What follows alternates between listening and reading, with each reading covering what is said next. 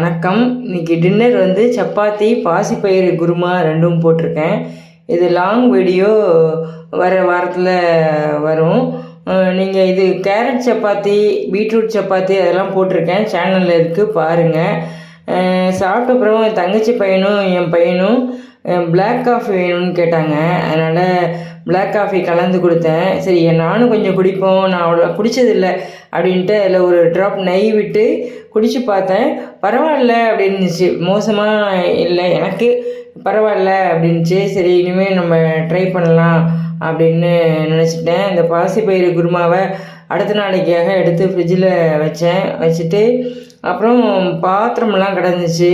Kitchen மேலே எல்லாம் துடைச்சிட்டு பாத்திரமெல்லாம் கழுவி வச்சேன். அதுதான் இன்றைக்கி பொழுது நல்லா போச்சு. திரும்ப நாளைக்கு பார்க்கலாம், வேறொரு விலாகில் பார்க்கலாம்.